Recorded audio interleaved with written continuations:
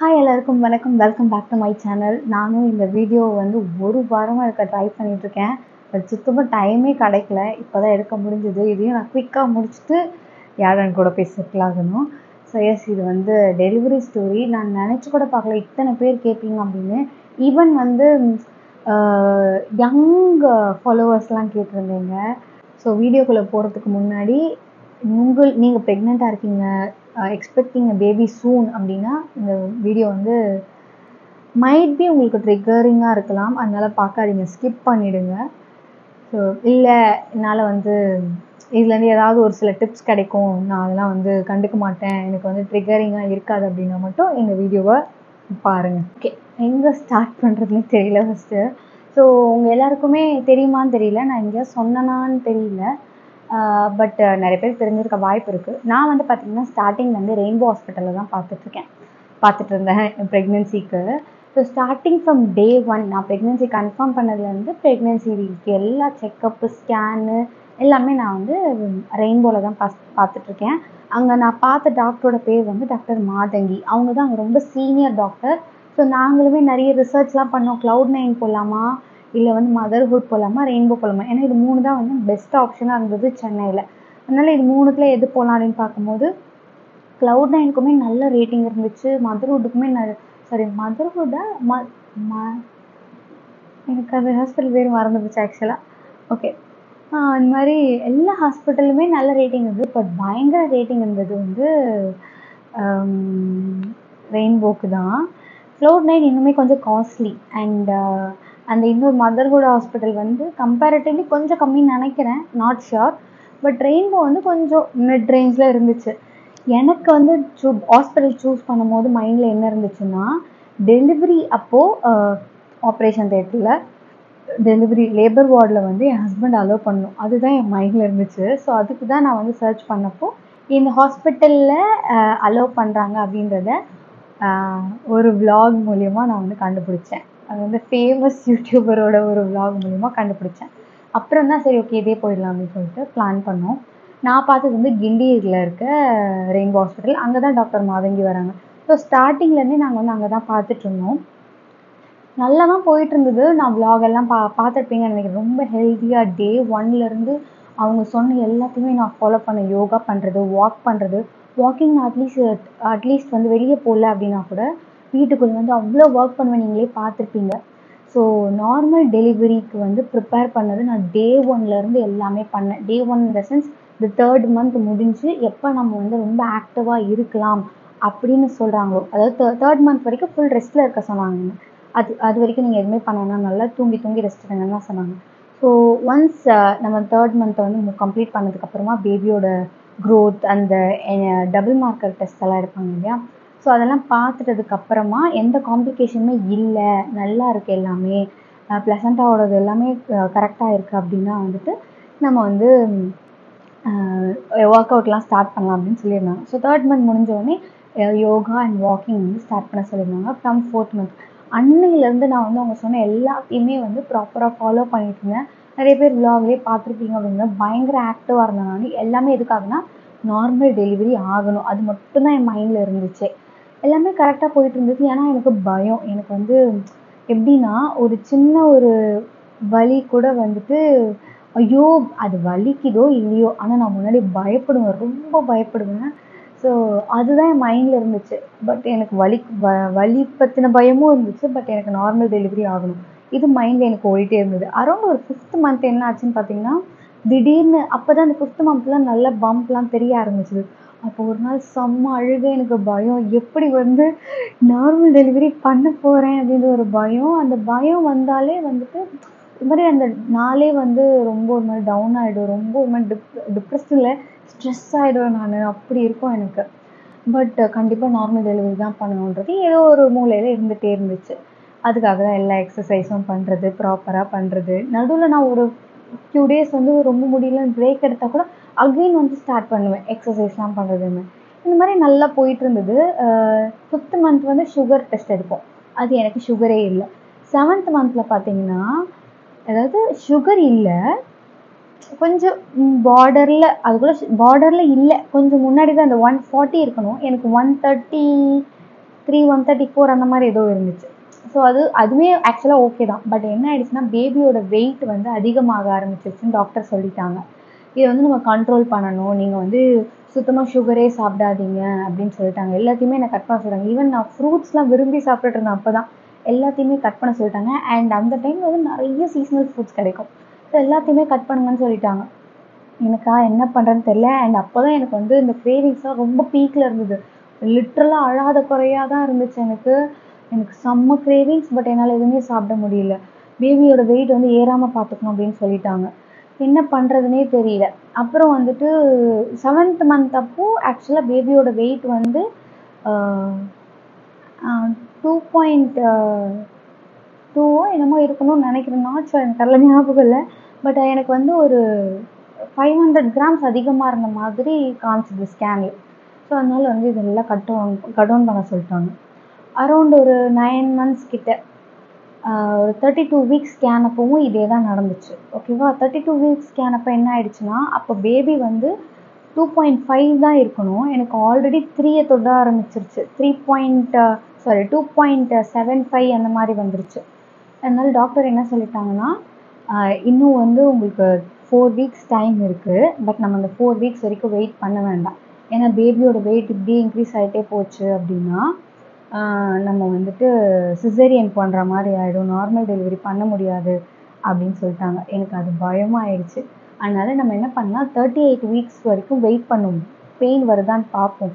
இல்லைன்னா 38 weeks complete ஆனதுக்கப்புறமா நீங்கள் வந்து அட்மிட் ஆகிடுங்க, நம்ம இன்டியூஸ் பண்ணி டெலிவரி பண்ணலாம் அப்படின்னு சொல்லிட்டாங்க. எனக்கு அதுவே செம்ம பயமாகி தான் போயிட்டு இருந்தது. ஒரு அப்புறமா வந்து 37th வீக் செக்கப் வர சொல்லியிருந்தாங்க இதுக்கும். ஸோ 37th வீக் போகும்போது அப்போது ஒரு பயம் என்னென்னா, நமக்கு ஆக்சுவலாக வந்துட்டு இந்த வெஜைனல் எக்ஸாமினேஷன் ஒன்று பண்ணுவாங்க. அது வந்து இருக்கிறதுலையே பயமான விஷயம். நிறைய பேருக்கு ரிலேட் பண்ண முடியும்னு நினைக்கிறேன். ஸோ 37th வீக் நான் வந்து போயிருந்தேன். எனக்கு நான் வேண்டிகிட்டே இருந்தேன், நார்மலாக அதுவாக பெயின் வந்துடும், ஏன்னா இன்டியூஸ் பண்ணக்கூடாது. அது மட்டும் தான் என் மைண்டில் இருந்துச்சு. இன்டியூஸ் பண்ணால் ரொம்ப நேரம் வந்து லேபர் ரூமில் இருக்க மாதிரி இருக்கும், ரொம்ப நேரம் வந்து பெயினில் இருக்கிற மாதிரி இருக்கும். ஆனால் இன்டியூஸ் மட்டும் பண்ணாமல் எனக்காகவே நார்மலாக வந்து பெயின் வரணும் அப்படின்னு சொல்லிட்டு நான் எக்ஸசைஸை இன்னுமே வந்து பயங்கரமாக பண்ண ஆரம்பித்தேன். ஸ்குவாட்ஸு அது இதுன்னு ஒரு நாளைக்கு 2 டைம்ஸ் ஸ்குவாட்ஸ், அதுவும் 40 40 60 60 80 80 அந்த மாதிரிலாம் பண்ண ஆரம்பிச்சிட்டேன். பட் எனக்கு ஒரு பெயினுமே வரவே இல்லை. ஏன்னா ஃபஸ்ட்டு பேபிக்கு லேட் ஆகும் அப்படின்னு வேறு சொல்லிட்டாங்க. எனக்கு ஒரு இம்ப்ரூவ்மெண்ட்டும் இல்லை. 37th வீக் போய் வெஜைனல் எக்ஸாமினேஷனும் முடிச்சுட்டு வந்துட்டேன். இப்போ டாக்டர் என்ன சொன்னாங்கன்னா, சர்விக்ஸில் வந்து பேபியோட ஹெட் நல்லா வந்து செட் ஆகிடுச்சு. ஸோ மேபி எதிர்பார்க்கலாம், பட் 1 வீக்கில் பார்ப்போம். இல்லைனா நம்ம சொன்ன மாதிரி 38 வீக்ஸ் முடிஞ்சதுக்கப்புறமா வந்து அட்மிட் ஆகுங்க அப்படின்னு சொல்லிட்டாங்க. நானும் அந்த 1 வீக்கில் இன்னும் நல்லா எக்ஸசைஸ் பண்ணுறேன். என்னால் ஒன்றுமே பண்ண முடியல. அதுக்கப்புறம் என்னால் கரெக்டாக நாளன்னைக்கு போய் அட்மிட் ஆகணும். இன்றைக்கி மண்டே, நான் ஒரு வெட்னஸ்டே போய் அட்மிட் ஆனேன். மண்டே வரைக்கும் நான் வந்து பார்த்தேன், நல்லா எக்ஸசைஸ் பண்ணேன், சுத்தமாக முடியல. அப்புறம் வந்து டியூஸ்டே மட்டும்தான் டைம் இருந்தது. சரி இன்றைக்கி எக்ஸசைஸ் பண்ண வேணாம், அப்படியே விட்டுறலாம் அப்படின்னு சொல்லிட்டு விட்டாச்சு. டியூஸ்டே போய் கொஞ்சம் வெளியெல்லாம் ஊர் சுற்றிட்டு, வெளியேனா ஃபுல் டே இல்லை, நைட் ட்ரைவ்லாம் நான் போகவே மாட்டேன், எனக்கு பிடிக்காது. நான் டைமுக்கு தூங்குகிற ஒரு பர்சன். அன்றைக்கி ஒரு நாள் என்னன்னு தெரியல, நைட் ட்ரைவ் போகணும் அப்படின்னு தோணுச்சு. போயிட்டு அந்த ரீல் கூட நீங்கள் பார்த்துருப்பீங்க அப்படின்னு நினைக்கிறேன். நைட் ட்ரைவ் போயிட்டு எல்லாம் பண்ணிவிட்டு சாப்பிட்டுட்டு கொஞ்சம் அப்படியே ஜாலியாக போயிட்டு வந்தேன். ஜாலியாக வெளியே தான் இருந்தது, உள்ளுக்குள்ளே ஒரு பயம் வந்துகிட்டே இருக்குது, நாளைக்கு அட்மிட் ஆகணும் இதே ஓடிட்டு இருந்துச்சு. பட் கொஞ்சம் அப்படியே ரிலாக்ஸ்டாக போயிட்டு வந்தாச்சு. என்னென்னா இப்போ பெயின் வந்து எப்போ வரும் வராதுன்னே நமக்கு தெரியாது. பட் நாளைக்கு வந்து நமக்கு பெயின் வந்துடும் அப்படின்னு தெரிஞ்சிருச்சு முன்கூட்டி அப்படின்னா பயம் இன்னும் ஜாஸ்தியாக ஆரம்பிச்சிச்சு. நான்லாம் லிட்ரலாக டியூஸ்டேலாம் அழ ஆரம்பிச்சிட்டேன். வெட்னஸ்டே காலையில் இருந்து எனக்கு கையும் ஓடலை, காலும் ஓடலை. வீட்டில் எல்லாருமே ஒரு மாதிரி பரபரப்பாகவே இருக்காங்க. வெட்னஸ்டே நைட்டு போய் அட்மிட் ஆகணும், காலையில் அட்மிட் ஆகலை, நைட் வந்து அட்மிட் ஆக சொல்லியிருந்தாங்க. ஸோ நைட் போயிட்டு ஒரு 8க்கு வந்து அட்மிட் ஆக சொன்னாங்க. நாங்கள் வீட்டிலேருந்து ஒரு 7:30க்குலாம் வந்து கிளம்பியாச்சு. இந்த வீடியோவும் எடுக்க முடியல. அண்ட் அந்த டைமில் நமக்கு எடுக்க தோணாது இல்லையா, சின்ன சின்ன கிளிப்ஸ் மட்டும் எடுத்துக்காது. அது வேணால் உங்களுக்கு ஆட் பண்ணுறேன். ஸோ வெட்னஸ்டே நைட் போய் அட்மிட் ஆகிடுச்சு. சாமியெல்லாம் கும்பிட்டுட்டு போகிறேன் நான். எனக்கு மைண்டில் ஒரே ஒரு விஷயம் என்ன இருந்துச்சுன்னா, நார்மல் டெலிவரி ஆகணும், எக்காரணத்துக்கு கொண்டு சி செக்ஷன் மட்டும் ஆகவே கூடாது. அது மட்டும் தான் மைண்டில் ஓடிட்டு இருந்துச்சு. அண்ட் இந்த டெலிவரிக்காக நான் ஒரு சில கிளாஸஸ்லாம் அட்டென்ட் பண்ணியிருந்தேன். பிரெஸ்ட் ஃபீடிங் கிளாஸ், அதுக்கப்புறம் வந்து பிரெஸ்ட் ஃபீடிங் கூட நான் அதை அப்போ பெருசாக எடுத்துக்கல. இந்த மாதிரி நார்மல் டெலிவரிக்கு என்னெல்லாம் பண்ணணுன்ற மாதிரி கிளாஸஸ் அட்டென்ட் பண்ணியிருந்தேன். ஈவன் தோ என் டாக்டர் வந்து இதெல்லாம் சஜஸ்ட் பண்ணாலுமே அது இல்லாமல் தனியாக நான் வந்து வெளியே ஒரு கிளாஸும் அட்டென்ட் பண்ணியிருந்தேன். அதில் மெயினாக என்ன சொன்னாங்கன்னா, ப்ரீதிங் டெக்னிக்ஸ் வந்து தெரிஞ்சு வச்சுக்கோங்க அப்படின்னு சொன்னாங்க. Breath in breathe out. So அதுதான் வந்து நம்மளை காமாக வச்சுக்கிறதுக்கு ஹெல்ப் பண்ணும். ஸோ நம்ம காமாக இருந்தாலே நார்மல் டெலிவரி ரொம்ப ஈஸியாக வந்து பண்ணிடலாம் அப்படின்னு சொன்னாங்க. அண்டு நார்மல் டெலிவரின்றது வந்து மைண்டில் வந்து ஃபிக்ஸ் பண்ணிக்காதீங்க. என்னவாக இருந்தாலும் ஓகே, பாசிட்டிவ் டெலிவரி எக்ஸ்பீரியன்ஸ் மட்டும் தான் நமக்கு தேவை. பேபியோட ஹெல்த்துக்கு ஏற்ற மாதிரி என்ன வேணால் மாறலாம், ஆப்ரேஷன் தியேட்டரில் எப்படி வேணால் மாறலாம். நீங்கள் நார்மல் டெலிவரி தான் ஆகணும்னு மைண்டில் ஃபிக்ஸ் பண்ணிவிட்டு அங்கே போய் அது வேறு மாதிரி சி செக்ஷன் போகணும் அப்படின்னு ஆயிடுச்சுன்னா ஒரு மாதிரி ட்ராமடைஸ்ட் ஆகிடும். அது உங்களுக்கு ஒரு பேட் எக்ஸ்பீரியன்ஸாக அது ஆகிடும் அப்படின்னு சொல்லியிருந்தாங்க. அதுவும் என் மைண்டில் இருந்துச்சு. பட் ஸ்டில் எனக்கு நார்மல் டெலிவரி தான், அவங்க எதை பண்ணக்கூடாதுன்னு சொன்னாங்களோ அதுதான் என் மைண்டில் இருந்துச்சு. நார்மல் டெலிவரி தான் ஃபிக்ஸ் பண்ணிவிட்டு போகக்கூடாது அப்படின்னு சொன்னாங்க. பட் நான் அதுதான் ஃபிக்ஸ் பண்ணிவிட்டு போனேன்னா அது வேறு எனக்கு ஒரு பயம். ஒரு வேளை மாறி ஏதாவது ஆயிடுச்சுன்னா என்ன ஆகும், அண்ட் நார்மல் டெலிவரி என்னால் பேர் பண்ண முடியுமா, இந்த மாதிரி நிறைய தாட்ஸ் ஓடிட்டே இருந்து அப்படியே ஹாஸ்பிட்டல் போயிட்டுருக்கோம். ஒரு 8க்குலாம் போயிட்டோம். நாங்கள் 8க்குலாம் போய் நான் என்ன நினச்சேன்னா உள்ளே போய் என் ஹஸ்பண்ட்லாம் வந்து கொஞ்சம் கூட இருப்பாங்க அப்படின்னு நினச்சா, மாதங்கி மேம் பேஷண்ட்டாக வாங்க அப்படின்னு சொல்லிட்டு என்னை மட்டும் உள்ளே கூப்பிட்டு போயிட்டாங்க. வேறு யாரையுமே அலோவ் பண்ணலை. எனக்கு பயமாக இருந்துச்சு. ஸோ நம்ம கூட யாராவது இருந்தாலே இந்த மாதிரி ஒரு விஷயத்துக்கு எவ்வளோ பயப்படுவோம். பட் யாரையுமே அலோவ் பண்ணலை, நான் மட்டும்தான். அண்ட் என் கூடவே அந்த வார்டில் வந்து இன்னொரு லேடியும் வந்து பக்கத்து பெட்டில் வந்து தங்கியிருந்தாங்க. ஸோ அவங்களுக்கு ஆக்சுவலாக செகண்ட் பேபி. எனக்கு வந்து சுத்தமாக முடியல. போன உடனே வந்துட்டு வேறு டாக்டர் சொன்னாங்க. என் டாக்டர் வந்து மார்னிங் தான் வருவேன் அப்படின்னு சொல்லிட்டாங்க. அதுவே எனக்கு இன்னும் கொஞ்சம் ஒரு மாதிரி இருந்துச்சு, என்னோட டாக்டர் வரலன்றது. அதுக்கப்புறம் வேறு சில டாக்டர்ஸ் அவங்களோட அசிஸ்டன்ஸ் போல் இருக்குது, அவங்கெல்லாம் வந்துட்டு மறுபடியும் வந்து சர்விக்ஸ் எவ்வளோ தூரம் டைலேட் ஆகிருக்கு, பேபியோட ஹெட் வந்து நல்லா ஃபிக்ஸ் ஆகிருக்கா, எல்லாத்தையும் அகைன் அண்ட் அகைன் செக் பண்ணிகிட்டே இருந்தாங்க. அப்புறம் யாரையுமே உள்ளே விடலை. எனக்கு வேறு பசி வேறு எடுக்குது, என்ன பண்ணுறதுனே தெரியல. ஒரு மாதிரி மிக்ஸ்டு ஃபீலிங்காக இருக்குது. நாளைக்கு காலையில் நாளைக்கு வந்து பேபி டெலிவரி ஆகிடும் அப்படின்ற ஹாப்பி ஃபீலிங்கில் இருக்கிறதா, இல்லை இது எப்படி வந்து நம்ம கோத்ரூ பண்ண போகிறோன்ற தாட்டில் இருக்கிறதா ஒன்றுமே புரியல. எனக்கு அவ்வளோ ஒரு மிக்ஸ்டு ஃபீலிங்ஸ்.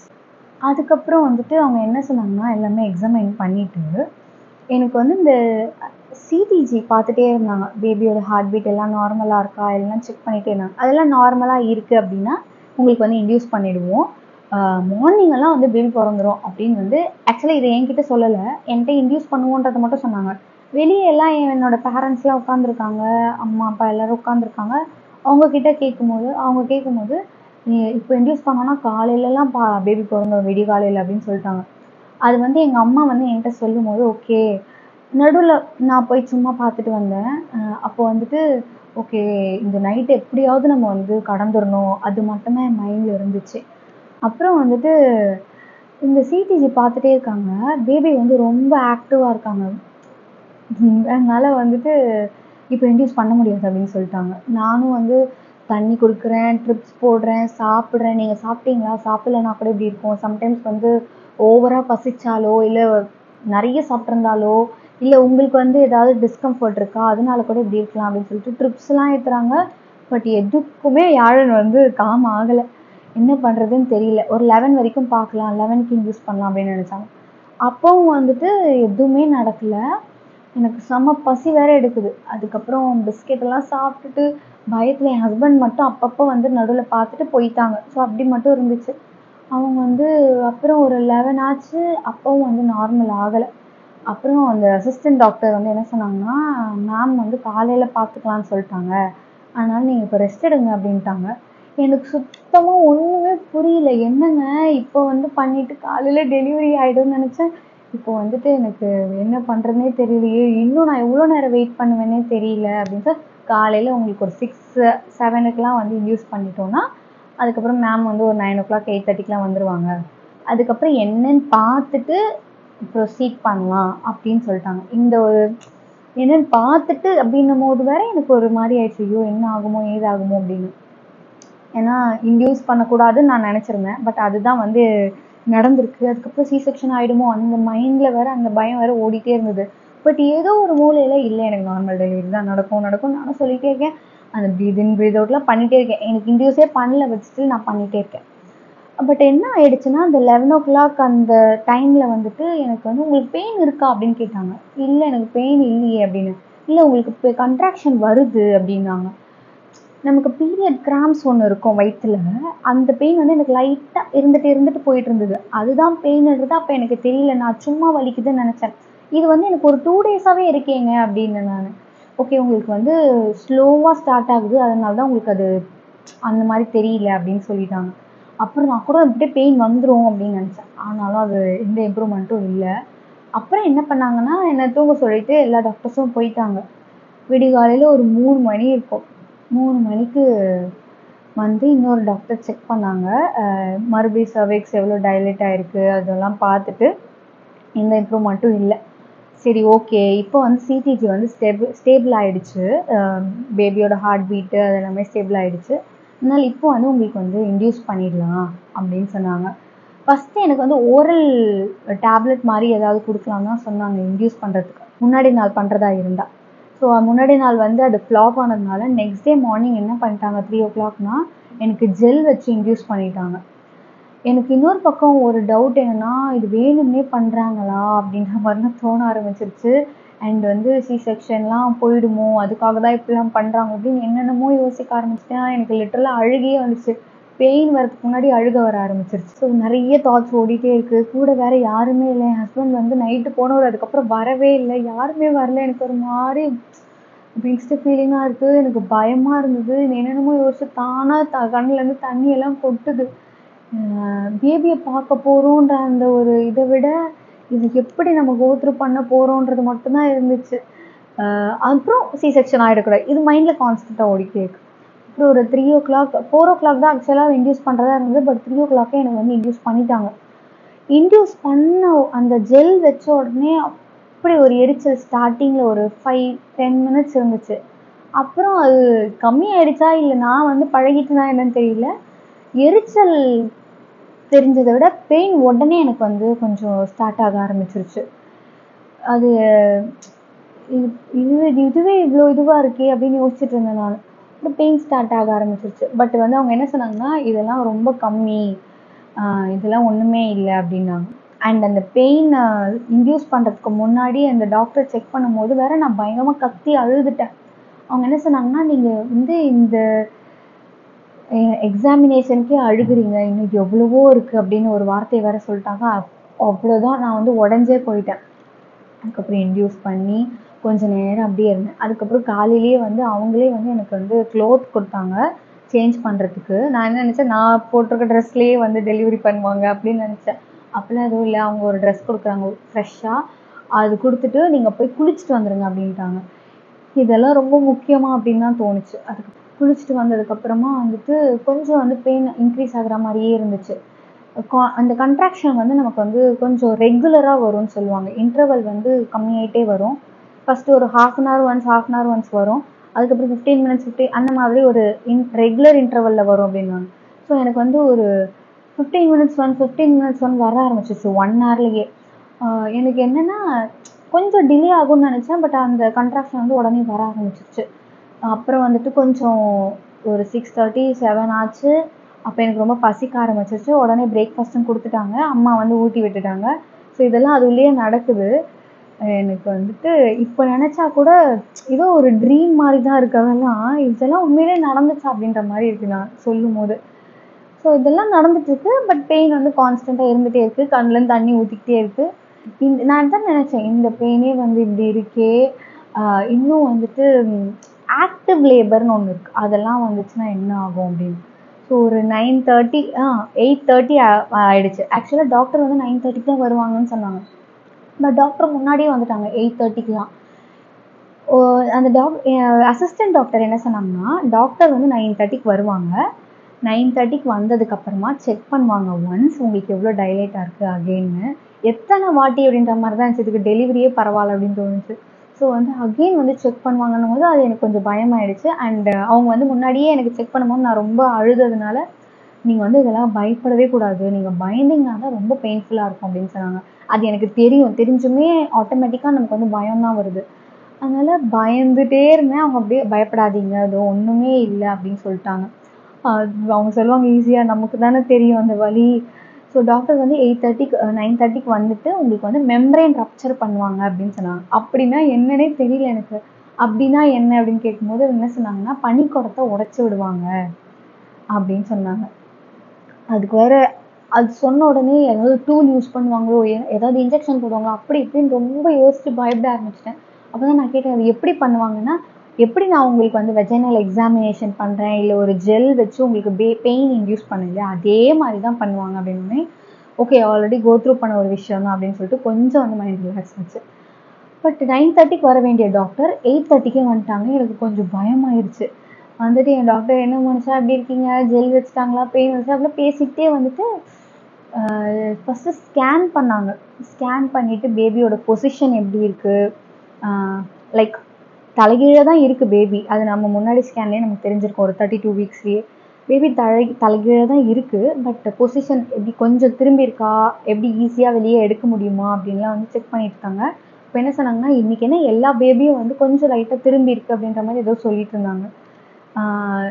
அது வேற எனக்கு மைண்டில் ஓடிட்டே இருக்குது, பயமாக இருக்குது. ஸோ இதெல்லாம் பார்த்துட்டே இருக்காங்க. அண்ட் இன்னொன்று, அந்த அசிஸ்டன்ட் டாக்டர் என்ன சொன்னாங்கன்னா, பக்கத்தில் இருந்து என் டாக்டர் வந்துட்டு செக் பண்ணுறதுக்கு முன்னாடி என்ன சொன்னாங்கன்னா, பேபி வந்து சின்ன பேபி தான், ஈஸியாக வந்துடும் வெளியே அப்படின்னு சொன்னாங்க. எனக்கு ஒரு நிமிஷம் ஒன்றுமே புரியல. பேபி வெயிட்டாக இருக்குது அப்படின்றதுனால தான் இன்டியூஸே பண்ணுறோம். பட் இவங்க வந்து இப்படி சொல்கிறாங்களேன்னு மைண்டில் ஓடிட்டே இருந்துச்சு. அதுக்கப்புறம் என் டாக்டர் வந்து செக் பண்ணிவிட்டு எல்லாம் பண்ணிகிட்டு இருக்கும்போது இன்னொரு டாக்டர் வந்து என்ன சொல்கிறாங்க, பேபியோட வெயிட் வந்து என்னன்னு சொல்லிட்டு ஏதோ பேசிகிட்டு இருக்காங்க. அந்த ஸ்கேன் பண்ணும்போது பேசிகிட்டு இருக்கும்போது பேபியோட வெயிட் வந்து 2.9 2.7 என்னமோ சொல்லி சொன்னாங்க இன்னொரு டாக்டர். இல்லையேப்பா, வெயிட் ஜாஸ்தி பேபி, அதனால தான் நம்ம இன்டியூஸ் பண்ணுறோன்னு என் டாக்டர் சொல்கிறாங்க. ஸோ இந்த டிஸ்கஷன் வேறு போயிட்டுருக்கு. எனக்கு வந்து என்ன இவங்களுக்குள்ளேயே ஒரு கன்ஃபியூஷன், ஐயோ நம்ம டாக்டர் கரெக்டாக சொல்லலையோ அப்படின்லாம் தோணிட்டே இருக்குது. இந்த மாதிரி நிறைய காதில் விழுந்துகிட்டே இருக்குது எனக்கு. அப்புறம் வந்து மெம்பரேன் ரப்ச்சர் பண்ணாங்க. மறக்கவே மாட்டேன். அது வந்து ஆக்சுவலாக நமக்கு நார்மல் டெலிவரி வரதே வந்து நல்லதே இல்லை. அந்த பனிக்குடம் தானாக உடஞ்சிருச்சுன்னா கூட நமக்கு இவ்வளோ பெயின் தெரியாது. இவங்களாம் உடச்சி விடுறது ரொம்ப பெயின்ஃபுல்லாக. அப்பையும் வந்துட்டு எனக்கு வந்து ரொம்ப நம்ம ஸ்டிஃபாகவே வச்சுக்கக்கூடாது பாடியை, இவங்க செக் பண்ணும்போது மெம்பரேன் ரப்ச்சர் பண்ணும்போதுலாம். பட் வந்து ஆட்டோமேட்டிக்காக மைண்டு பயத்தில் ஸ்டிஃப் ஆகிடுது. உடம்பெல்லாம் ஸ்டிஃப் பண்ண உடனே பெயின் ஜாஸ்தியாக தெரியுது. எனக்கு வந்து எல்லாரும் சுற்றி நின்றுட்டு ரிலாக்ஸ்ன்றாங்க. நானும் ஓகே. அப்புறமா கொஞ்சம் நேரம் கழித்து வேறு வழி இல்லாமல் ரிலாக்ஸ் ஆகிட்டேன். ஏன்னா டைட்டாக இருக்கும்போது பெயின் என்னால் வந்து பேர் பண்ண முடியல. ரிலாக்ஸ் ஆகிட்டேன். அப்புறம் என் டாக்டர் வந்து மெம்பரேன் ரப்ச்சர் பண்ணிட்டாங்க. ரிலாக்ஸ் ஆனதுக்கப்புறம் அது மெம்பரேன் ரப்ச்சர் பண்ணதே எனக்கு வந்து தெரியல. அதுக்கப்புறம் ஓகே, உங்களுக்கு மெம்பரேன் ரப்ச்சர் பண்ணிட்டாங்கன்னு சொன்னதுக்கப்புறம் தான் ஓகே, அவ்வளோதான் முடிஞ்சிருச்சு அப்படின்னு தோணுச்சு.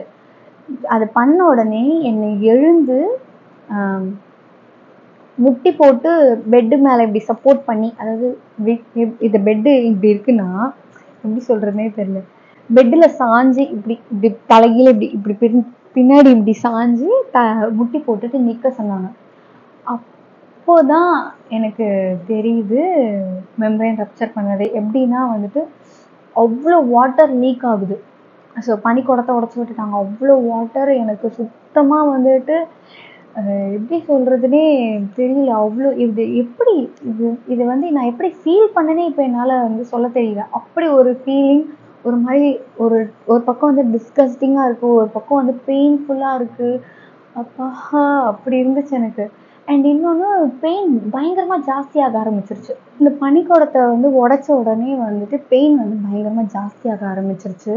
அண்ட் பேபி வந்து சீக்கிரமாக அப்போ தான் இறங்கும். நீங்கள் இந்த பொசிஷனில் இருந்தால் தான் வந்து கிராவிட்டி ஃபோர்ஸ்னால வந்து சீக்கிரமாக வந்து பேபியோட தலை வந்து வெளியே வர ஆரம்பிக்கும். அண்ட் உங்களுக்கு வந்து சர்விக்ஸோட லென்த் வந்து ரொம்ப கம்மியாகும் அப்போ தான் சீக்கிரமாக அப்படின்னு சொல்லிட்டாங்க.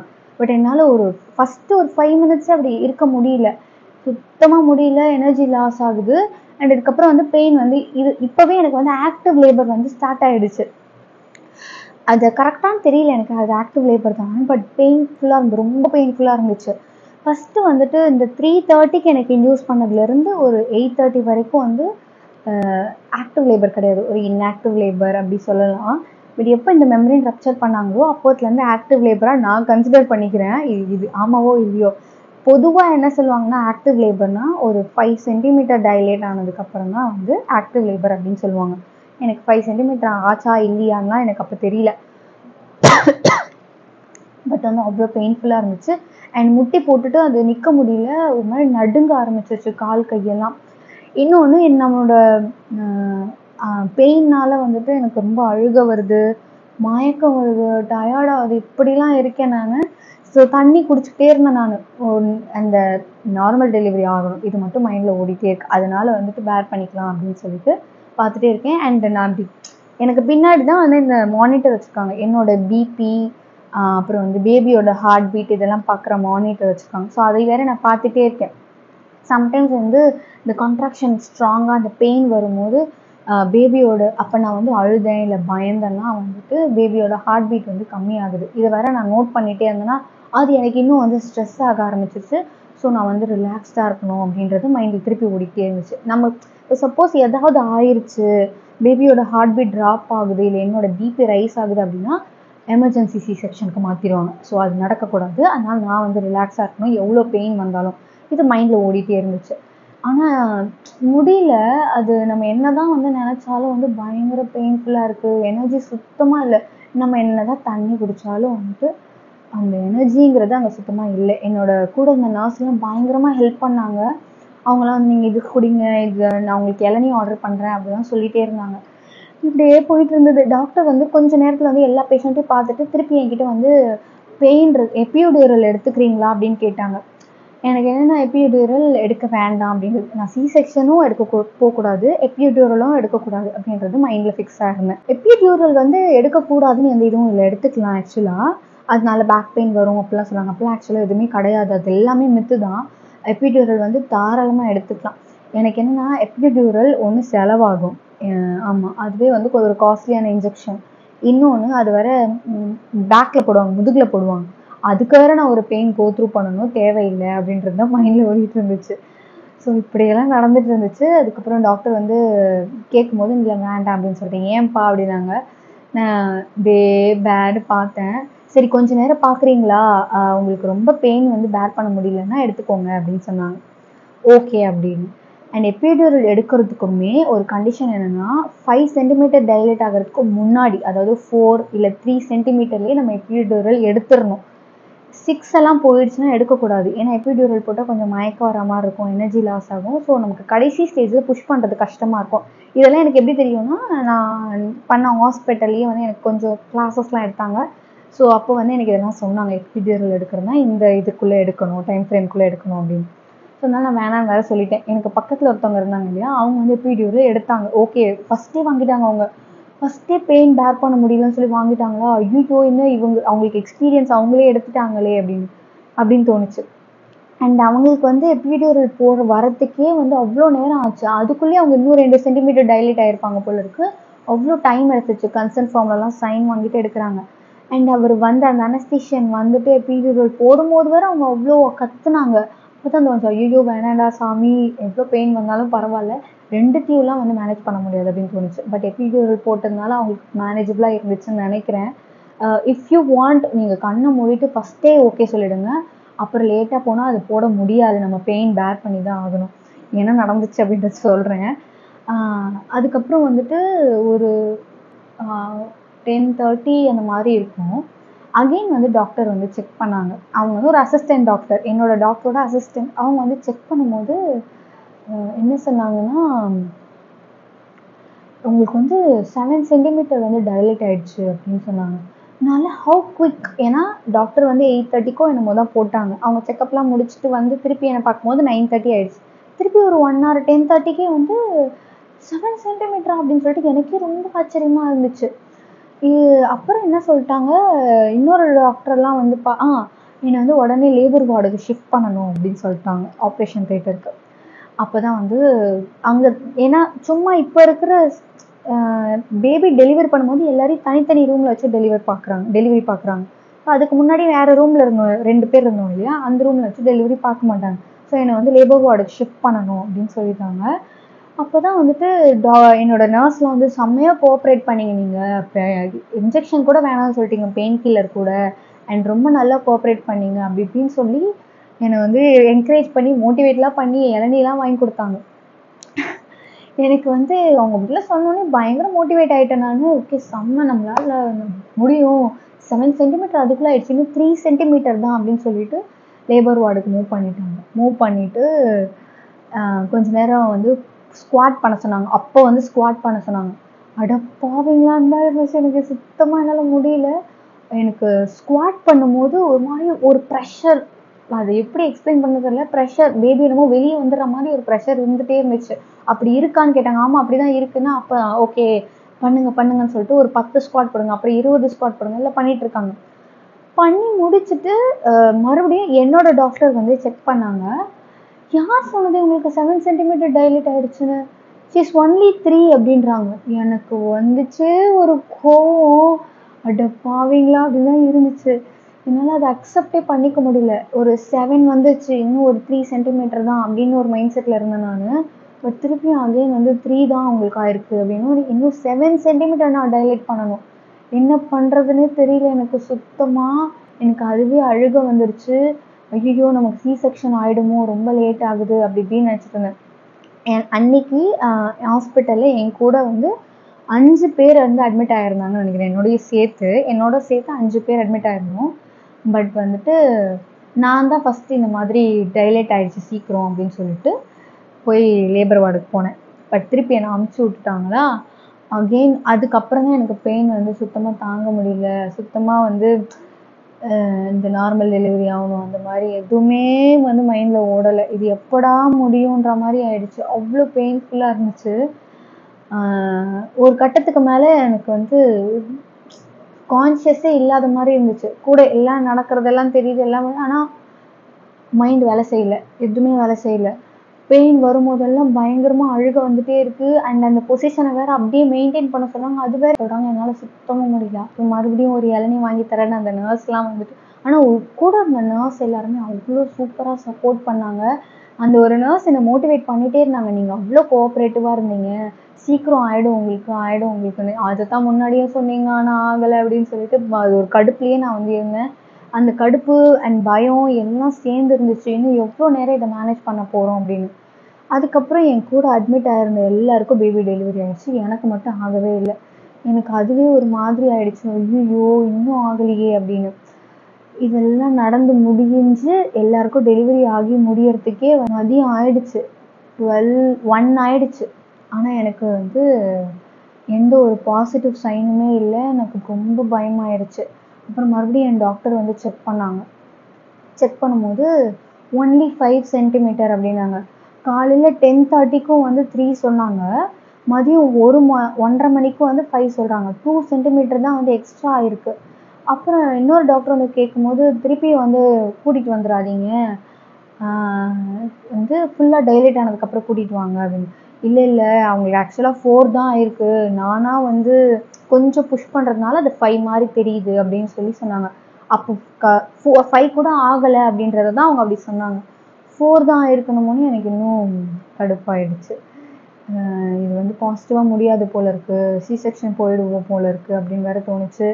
அண்ட் என் ஹஸ்பண்ட் வந்து பக்கத்துலேயே இருந்தாங்க. அதுக்கப்புறம் எல்லாரையும் உள்ளே விட்டுட்டாங்க. ஹஸ்பண்ட் கூடவே தான் இருந்தாங்க.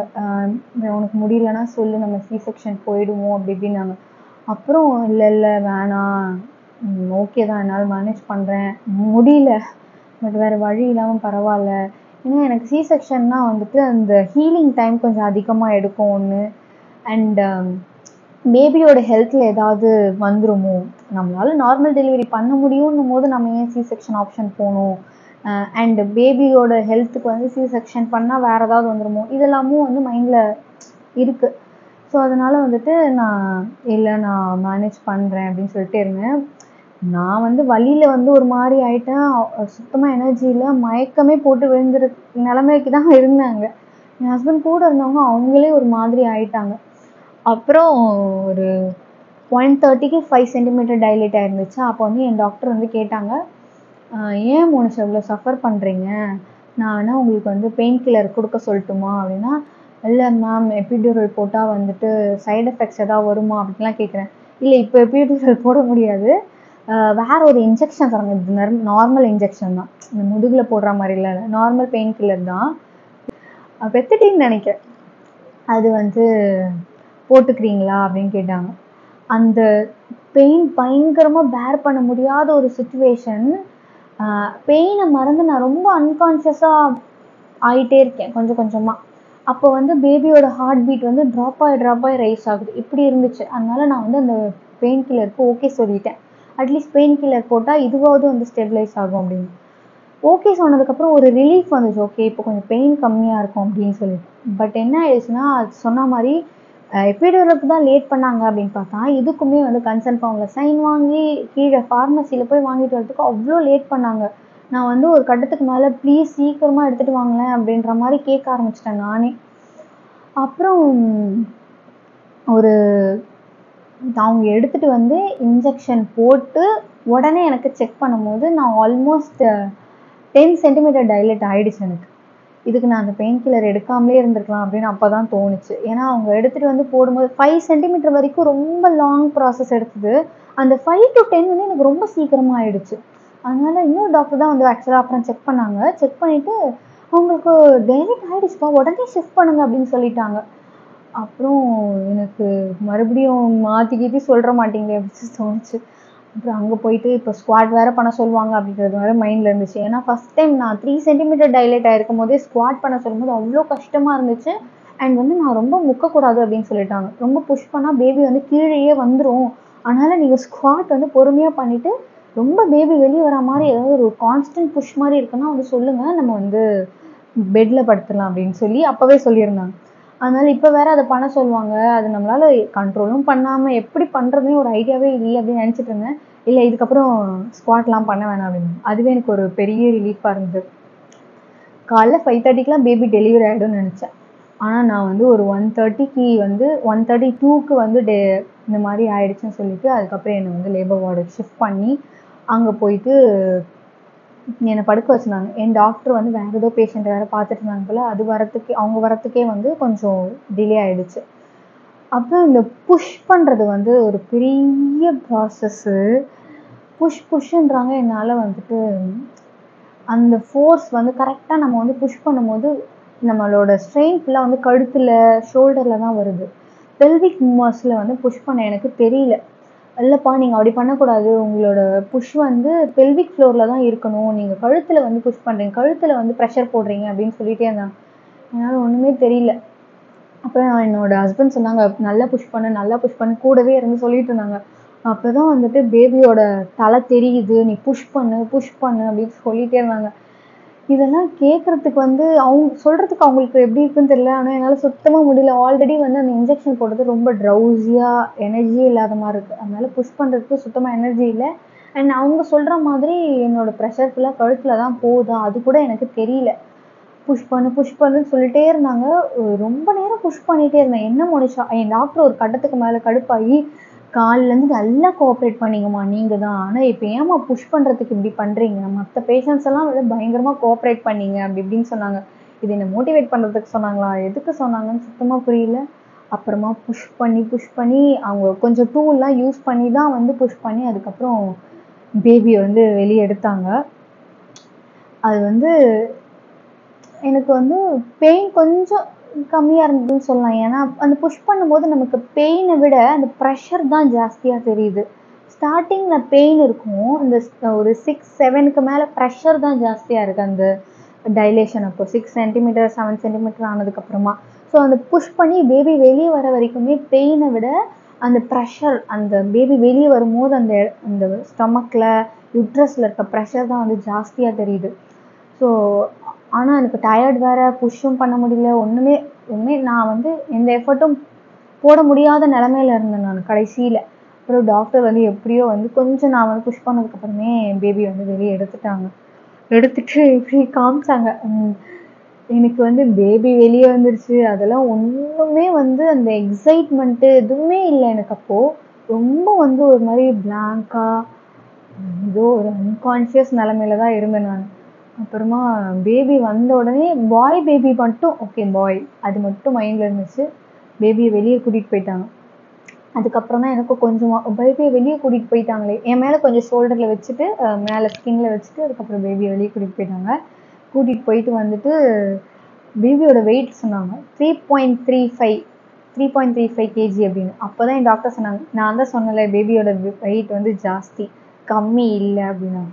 அப்போ தான் எனக்கு கொஞ்சம் வந்து திருப்தியாக இருந்துச்சு. லைக் ஓகே ஏதோ ஒன்று சொல்லி மேக்கப் பண்ணி வந்து நமக்கு வந்து இன்னைக்கு இன்டியூஸ் பண்ணலை, பேபியோட வெயிட் உண்மையிலே அதிகமாக இருந்திருக்கு அதனால தான் வந்து இன்டியூஸ் பண்ணியிருக்காங்க அப்படின்னு அப்போ தான் வந்து எனக்கு ரியலைஸ் ஆச்சு. அண்ட் இன்னொன்று என்ன சொன்னாங்கன்னா இந்த எபிசியாட்டமி ஸ்டிச் வந்து எனக்கு போட்டாங்க. யூஸ்வலாகவே பேபி டெலிவர் பண்ணும்போது எல்லாருக்குமே ஒரே ஒரு எபிசியாட்டமி கட் போட்டு ஸ்டிச் போடுவாங்க. பட் எனக்கு என்ன ஆயிடுச்சுன்னா பேபியோட சைஸ் பெருசு, என்னை கம்பேர் பண்ணும்போது என்னோட பெல்விக் போனை கம்பேர் பண்ணும்போது பேபியோட சைஸ் பெருசு. அதனால வந்து டேர் ஆகிடுச்சு. எனக்கு அவங்க போட்ட ஸ்டிச் வந்து பத்தாமல் ஸ்கின் வந்து ஏடாகுடமாக டேர் ஆகி நிறைய ஸ்டிச் போடுற மாதிரி ஆயிடுச்சு. அப்போ தான் வந்து டாக்டர் சொன்னாங்க பேபி வந்து ரொம்ப பெருசு, மோனிஷாவோட சைஸை கம்பேர் பண்ணும்போது பேபி ரொம்ப பெருசு, அதனால வந்து ஏகப்பட்ட ஸ்டிச் வந்து போட்டிருக்கோம், ஹீல் ஆகிறதுக்கு டைம் ஆகும் அப்படின்னு சொல்லி என் டாக்டர் வந்து என் ஹஸ்பண்ட்ட சொல்லியிருக்காங்க. ஸோ இதெல்லாம் நடந்துச்சு. அதுக்கப்புறம் பேபி என் கைக்கு வரத்துக்கே ரொம்ப நேரம் ஆயிடுச்சு. ஏன்னா எனக்கு ரொம்ப நேரமாக ஸ்டிச் போட்டாங்க. ஸ்டிச் போட்டு என்னை வந்து வார்டுக்கு ஷிஃப்ட் பண்ணுறதுக்கே ஒரு ½ அன் ஹவர் ஆயிடுச்சு. ½ அன் ஹவர் ஆகிடுச்சு. அதுக்கப்புறம் வார்டுக்கு ஷிஃப்ட் பண்ணிவிட்டு அதுக்கப்புறம் பேபியை கொண்டு வந்து கொடுத்து உடனே வந்து அந்த கோல்டன் ஹாரில் ஃபீட் பண்ணணும்னு சொல்லுவாங்க. ஸோ அதெல்லாம் வந்து அந்த ஃபீட் பண்ணும்போது தான் எனக்கு வந்து ஒரு மாதிரி ரியாலிட்டிக்கே நான் வந்தேன். அது வரைக்கும் ஏதோ ஒரு கனவு மாதிரி தான் இருந்துச்சு எல்லாமே. ஃபீட் பண்ணும்போது தான் வந்து பேபி வந்து பேபிக்கு ப்ரெஸ்ட் ஃபீட் பண்ணும்போது அந்த ஃபீல் தான் எனக்கு ரொம்ப ஒரு மாதிரி ப்ரெஷியஸாக இருந்துச்சு. ரொம்ப நம்ம பேபி நம்மக்கிட்ட ஃபீல் எடுத்துக்கிறாங்க அப்படின்னு ஒரு ஃபீல் இருந்துச்சு. அது ரொம்பவே நல்லா இருந்துச்சு. அப்போ தான் எனக்கு வந்து ஒரு ரியாலிட்டிக்கு வந்த மாதிரி ஒரு ஃபீல். அப்பா அப்படி இருந்துச்சு எனக்கு. இப்போ தான் தோணுது அந்த டெலிவரி டேவே பரவாயில்ல அப்படின்னு. ஏன்னா அதுக்கப்புறம் அந்த எபிசியாட்டமி ஸ்டிச் ஹீல் ஆகிறதுக்கு எனக்கு ரொம்ப டைம் எடுத்துச்சு. நான் ஸ்டோரிஸில் கூட சொல்லியிருந்தேன். யூஸ்வலாக எபிசியாட்டமி ஸ்டிச் வந்து ஹீல் ஆகிறதுக்கு 1 month மேக்ஸிமம். பட் எனக்கு வந்து இப்போ 3 months ஆகுது. இப்போ தான் அந்த ஸ்டிச் எல்லாம் ஹீல் ஆகி அந்த ஸ்கார்லாம் ஹீல் ஆகிருக்கு. எனக்கு வந்து 2.5 months எடுத்துருச்சு.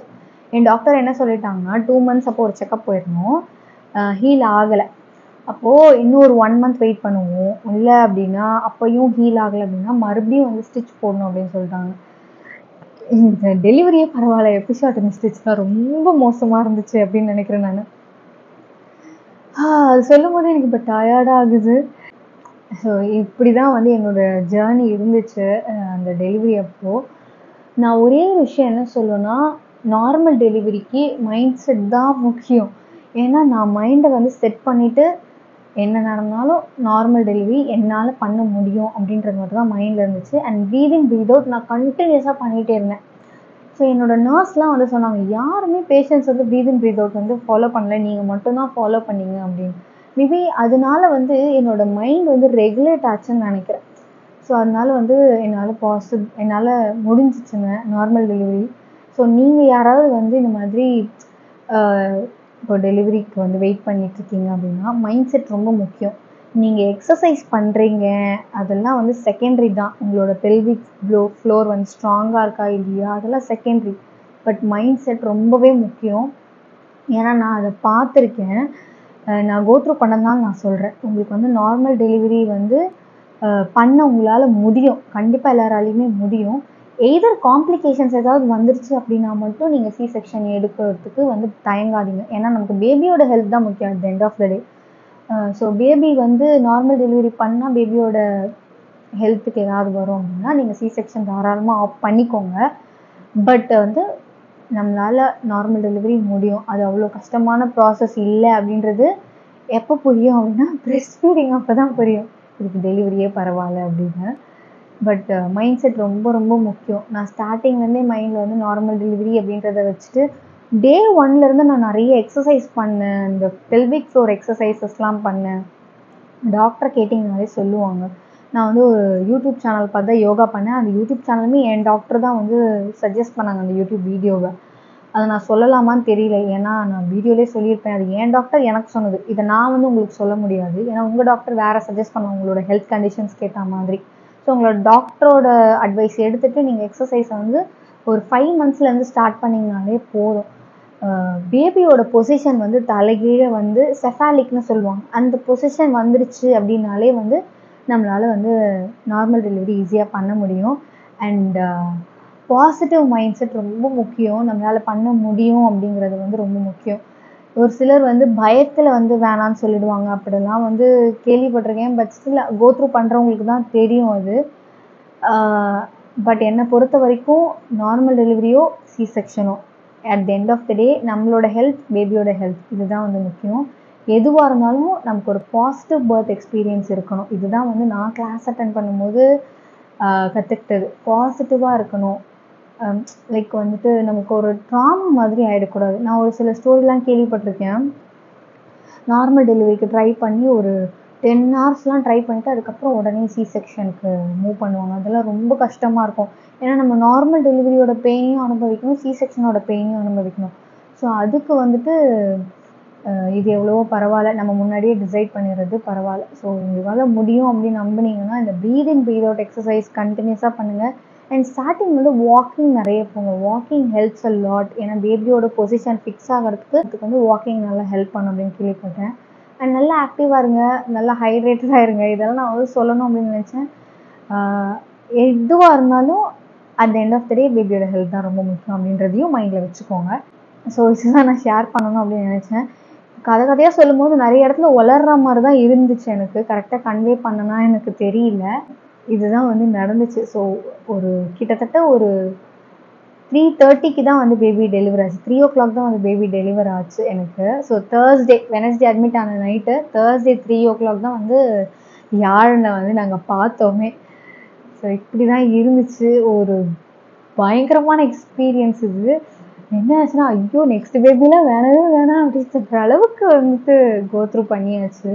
கொஞ்சம் சீக்கிரம் ஆயிருந்ததுன்னா மேபி மைண்ட் செட் வேறு மாதிரி இருந்திருக்கும் அப்படின்னு நினைக்கிறேன். பட் இது ரொம்ப டிலே ஆகி நாங்கள் எக்ஸ்பெக்ட் பண்ணது ஏர்லி மார்னிங், அதுக்கப்புறம் ஒரு 10 மணின்னு நினச்சேன். அதுக்கப்புறம் ஒரு 3 மணிக்கு தான், ஈவினிங் ஆகிடுச்சு. ஆல்மோஸ்ட் ஈவினிங் தான் வந்து பேபி வந்து கைக்கு கிடச்சதுனால இது ரொம்ப ஒரு மாதிரி ப்ரொலாங்டு ப்ராசஸாக தெரிஞ்சிச்சு.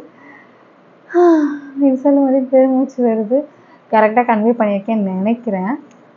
ஸோ ஹோப் இந்த வீடியோ வந்து ஏதோ ஒரு வகையில் உங்களுக்கு வந்து யூஸ்ஃபுல்லாக இருந்திருக்கும் அப்படின்னு நினைக்கிறேன். ஓகே, இன்னொரு வீடியோவில் பார்க்குறேன். பாய்.